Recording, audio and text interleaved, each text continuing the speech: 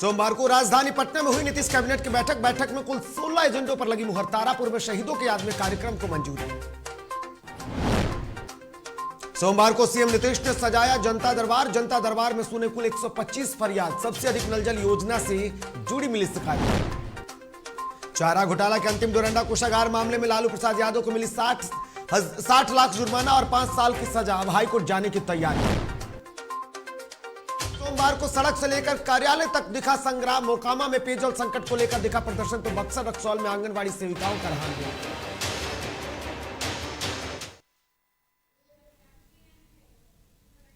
नमस्कार, आप देख रहे हैं डीटीवी भारत और मैं हूं आपके साथ निर्भय किशोर। तो आइए खबरों की शुरुआत करते हैं और सबसे पहले बात आज कैबिनेट बैठक की होगी। दरअसल सोमवार को राजधानी पटना में नीतीश कैबिनेट की बैठक हुई, जिसमें कुल 16 एजेंडों पर मुहर लगी। इस प्रस्ताव में कृषि विभाग, शिक्षा विभाग, गृह विभाग, नगर आवास एवं विकास विभाग समेत कई अन्य विभागों के प्रस्ताव पर मुहर लगी। इस बैठक में सरकार ने सबसे पहले कृषि विभाग के प्रस्ताव पर मुहर लगाते हुए रोड मैप की अवधि को विस्तारित करने का फैसला लिया है। इसके तहत अब कृषि रोड मैप की अवधि 31 मार्च 2023 तक बढ़ा दी गई है। इसके अलावा एक और महत्वपूर्ण फैसले में सरकार ने राज्य के सभी कृषि विश्वविद्यालयों में जैव प्रौद्योगिकी, वानिकी एवं कम्युनिटी साइंस के सब्जेक्ट्स में स्नातक स्तर पर छात्रों को कृषि स्नातक छात्रों के समान स्टाइपेंड देने का फैसला किया है। वहीं सरकार ने पाटलिपुत्र बस टर्मिनल के विस्तार के लिए पटना जिले में पटना सदर अंचल के आने वाले 5 एकड़ भूमि के अधिग्रहण का फैसला लिया, जिसके लिए कुल 5,997.75 लाख की राशि को मंजूरी दी है। वहीं सरकार ने मुंगेर क्षेत्र तारापुर में शहीदों की याद में हर साल 15 फरवरी को शहीद स्मारक परिसर में राजकीय समारोह आयोजित करने की भी बातें कही है। साथ ही सरकार ने पीपीपी मोड में बख्तियारपुर से तारापुर को जोड़ने वाली गंगा नदी पर बनने वाले 4 लेन के पुल सहित पहुंच पथ के लिए टर्मिनेटेड कंसेशन एग्रीमेंट के प्रस्ताव को भी मंजूरी दी है। वहीं बिहार राज्य विद्यालय सेवा आयोग संशोधन नियमावली 2022 के प्रस्ताव को भी मंजूरी दी है।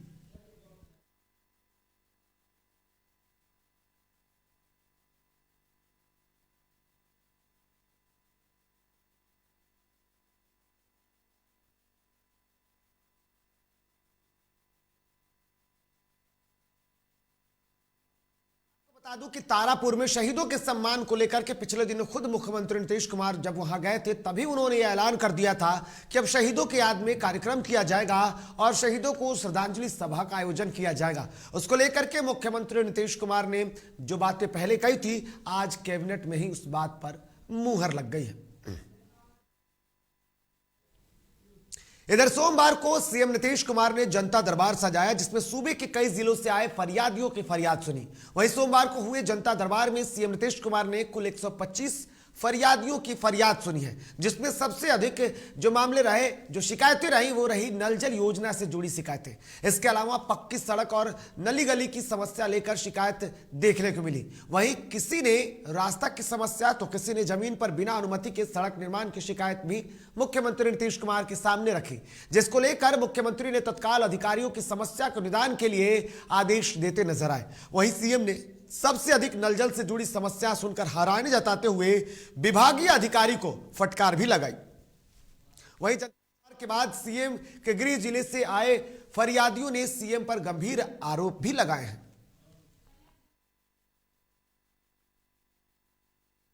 मुख्यमंत्री नीतीश कुमार का जनता दरबार लग रहा है, लेकिन कुछ ऐसे लोग भी आए हैं मुख्यमंत्री से मिलने के लिए।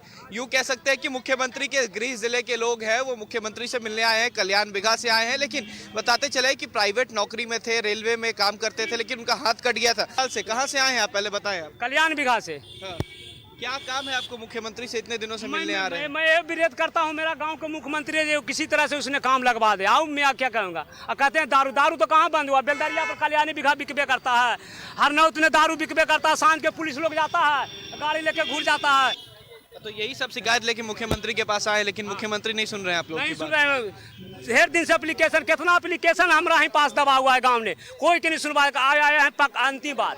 तो आप सुन सकते हैं पहले कि एक ऐसे लोग आए हैं जो मुख्यमंत्री के गृह जिले या यूं कह ले कि उनके गांव से आए हैं, उसके बाद भी मुख्यमंत्री उनकी नहीं सुन रहे हैं। और इतना ही नहीं, उन्होंने यह भी कह दिया है कि उनके गृह जिले की बात कर ले या उनके गांव की बात कर ले, वहां पर भी शराब धड़ल्ले से बिक रहा है। फिलहाल खबर में सिर्फ इतना ही। आप हमारे साथ बने रहें और देखते रहें।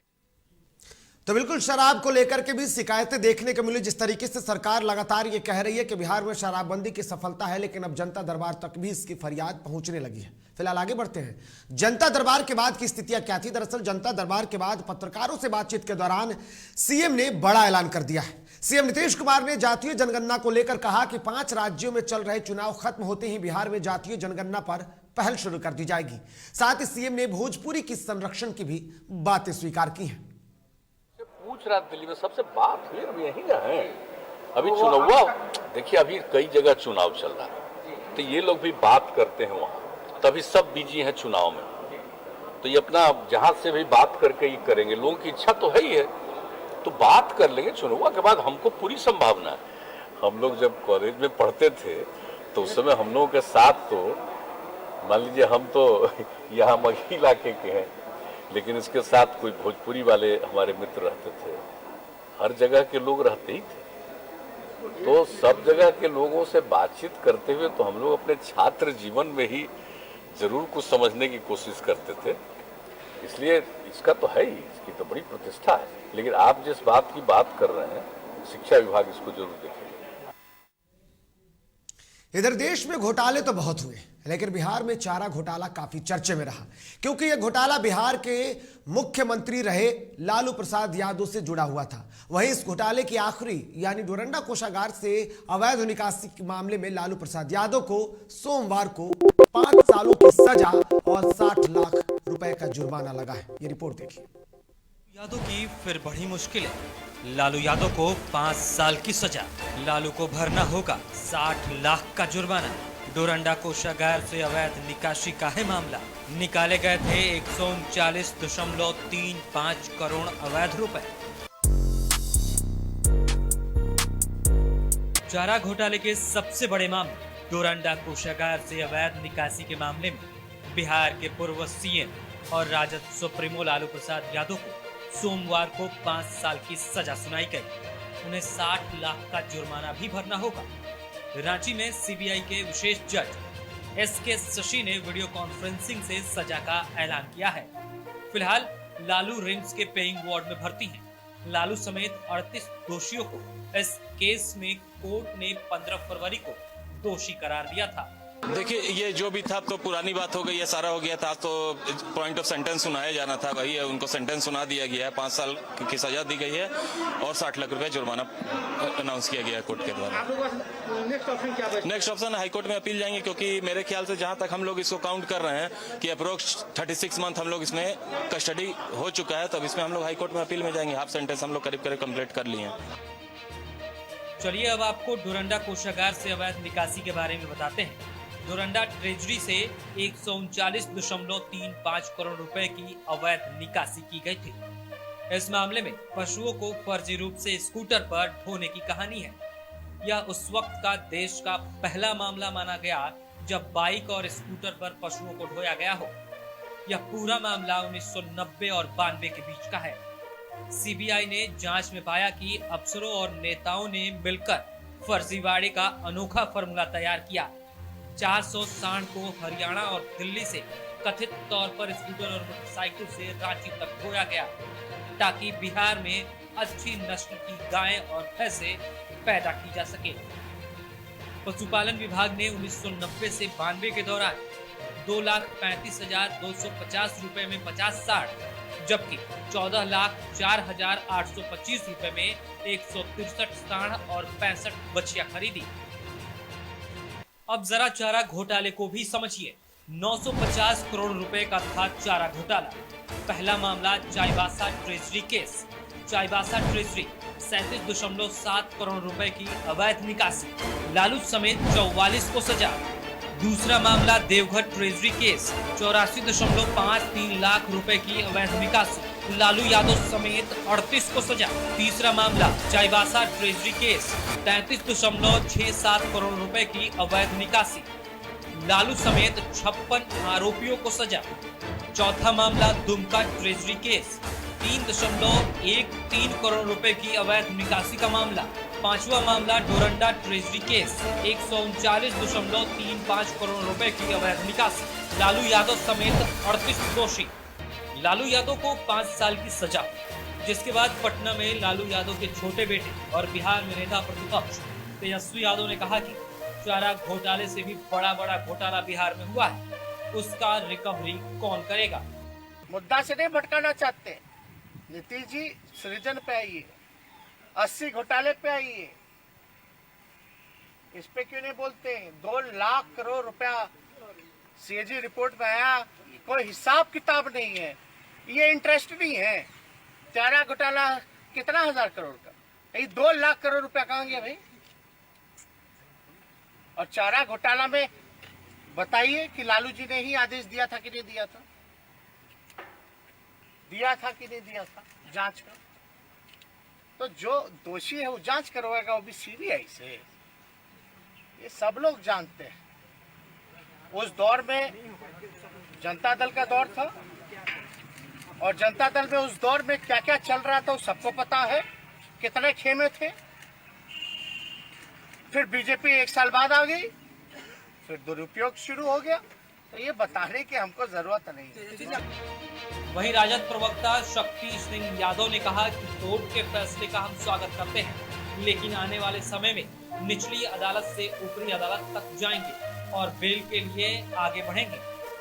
हम न्यायालय के निर्णय पर कोई टिप्पणी नहीं, हमारा सम्मान है और स्वाभाविक तौर पर ये निचली अदालत का फैसला है तो ऊपरी अदालत खुले हुए हैं, और यही परंपरा इस देश के अंदर में है कि न्याय के लिए लोग ऊपर तक पहुंचते हैं। वहीं इस मामले पर उप मुख्यमंत्री तारकिशोर प्रसाद ने अपनी प्रतिक्रिया देते हुए कहा कि चारा घोटाले में जिन्होंने लालू यादव पर केस कराया वो लोग आज उन्हीं के साथ हैं। राजद बीजेपी पर जो आरोप लगा रही है वो सरासर गलत है। कोर्ट के फैसले का सम्मान करना चाहिए।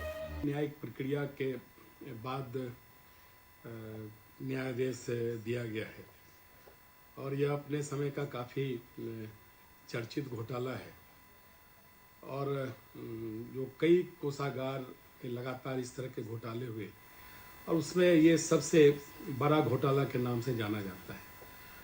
और यह मुकदमा वही लोग किए थे जो आज इनके साथ हैं, और आज भी न्यायपालिका पर पूरे देश के लोगों का भरोसा है, हम सबों का भी भरोसा है। कानून ने अपना काम किया है, और ये आरोप लगाना कि इस न्यायिक प्रक्रिया को कहीं से प्रभावित किया गया है, यह सरासर झूठा आरोप है। इन आरोपों से प्रत्येक व्यक्ति को बचना चाहिए। लालू यादव को चारा घोटाले के 5वें मामले में सजा सुनाई गई है, जिसको लेकर बिहार में सियासत गर्म है। एक तरफ राजद बीजेपी पर आरोप लगा रही है तो वहीं दूसरी तरफ बीजेपी राजद पर तंज कस रही है। लेकिन इन सब के बीच बात अगर लालू प्रसाद यादव की करें तो उनकी मुश्किलें बढ़ गई हैं। Bureau report, Zee TV Bharat. इधर सोमवार को राजद सुप्रीमो लालू प्रसाद यादव को चारा घोटाला मामले में सजा आने के बाद अब लगातार जिस तरीके की तस्वीरें दिखी, उसके बाद कई जगह पर मायूसी भी देखने को मिली। ऐसे में 5 साल की सजा सुनाए जाने के बाद राजद खेमे में उदासी छा गई। सजा की खबर सुनते ही राजद के प्रदेश सचिव वसीम अहमद मुन्ना कलेक्ट्रेट में फूट फूट कर रोने लगे। रोते हुए वसीम अहमद मुन्ना ने बताया कि लालू यादव गरीबों के मसीहा हैं, लालू यादव को न्याय जरूर मिलेगा। ऊपरी अदालत पर हम लोगों की अपील होगी, हम लोग जाएंगे, हमें भरोसा है माननीय न्यायालय पर, जरूर इनकी बेल होगी, जरूर ये रिहा होंगे। इधर डोरंडा कोषागार से जुड़े चारा घोटाला में 5 साल की सजा सुनाई है। उन पर 60 लाख रुपए का जुर्माना भी लगाया गया। सीबीआई की स्पेशल कोर्ट में जज एसके शशि ने यह फैसला सुनाया। वहीं इस फैसले के बाद आरजेडी खेमे में मायूसी दिखी, तो इस बीच राजद के राष्ट्रीय महासचिव अब्दुल बारी सिद्दीकी को अभी भी भरोसा है कि लालू प्रसाद यादव को न्याय मिलेगा। उन्होंने इसलिए कहा क्योंकि उन्होंने कहा कि पूर्व सीएम जगन्नाथ मिश्रा की तरह पूर्व सीएम लालू प्रसाद यादव भी अब इस मामले में बरी हो सकते हैं, और इसके लिए वो उच्चतम अदालत भी जाएंगे।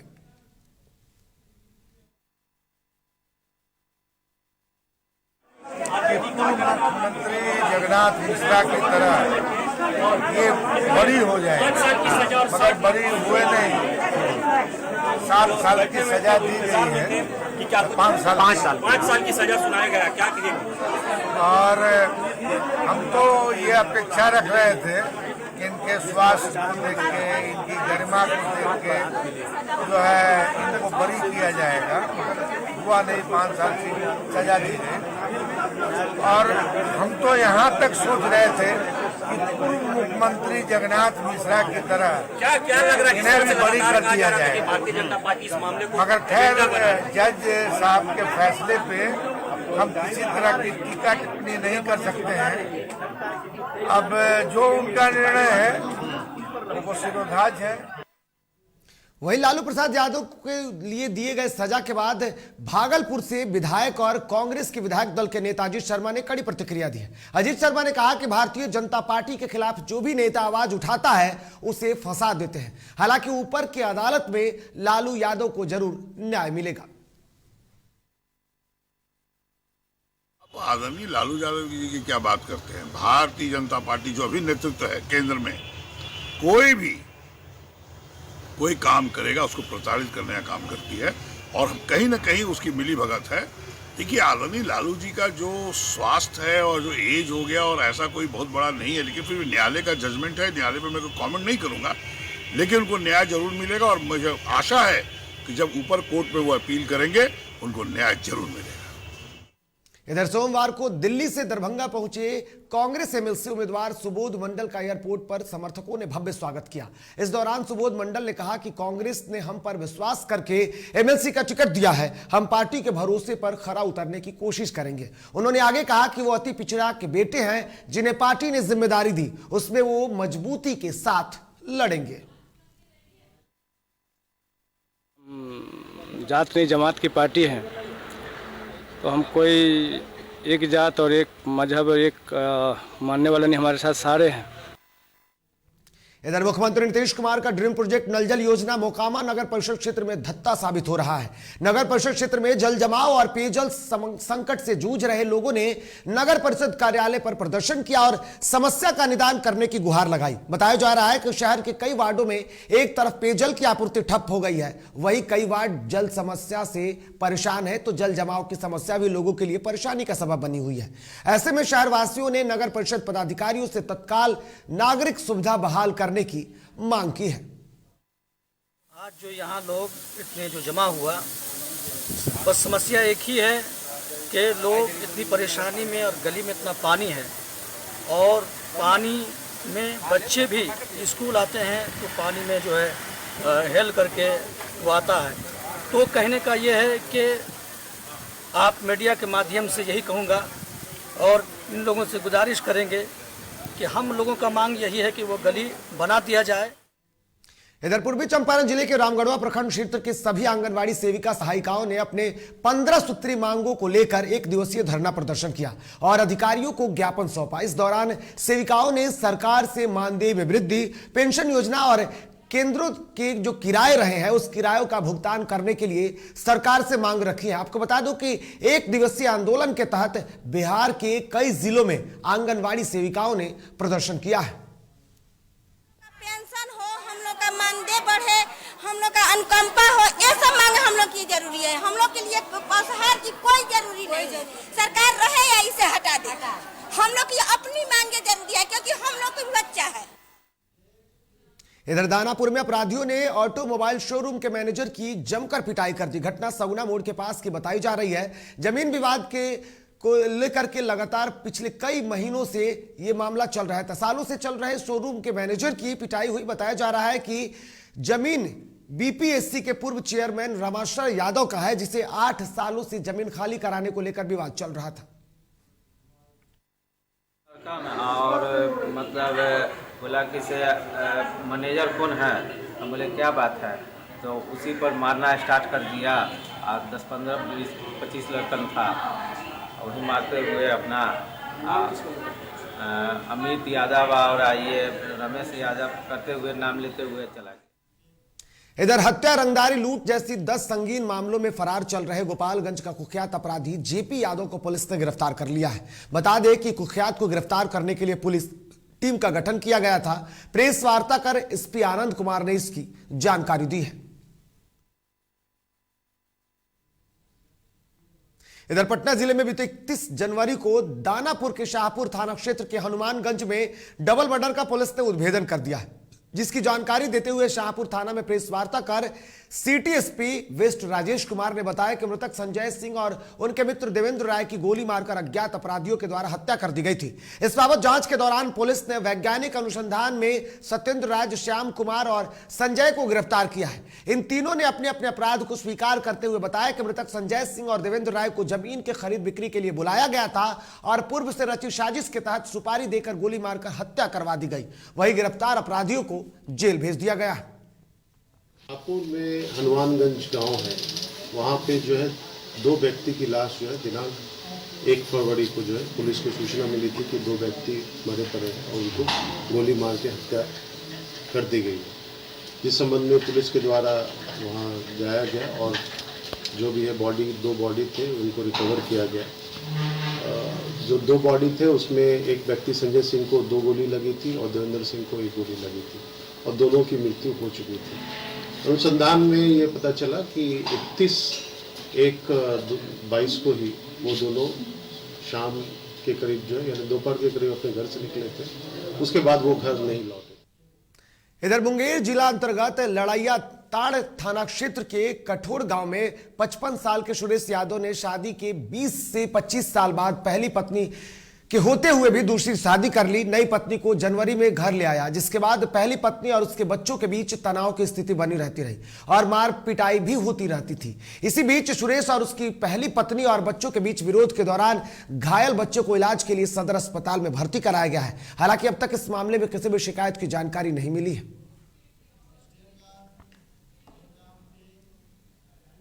इधर मुंगेर में डीएम के निर्देश पर खुलेआम गुटखा बेच रहे दुकानदारों पर कार्रवाई की गई है। दरअसल दुकानदारों के द्वारा खुलेआम पान मसाला और गुटखा के अलावा तंबाकू उत्पाद बेचना सख्त मना है।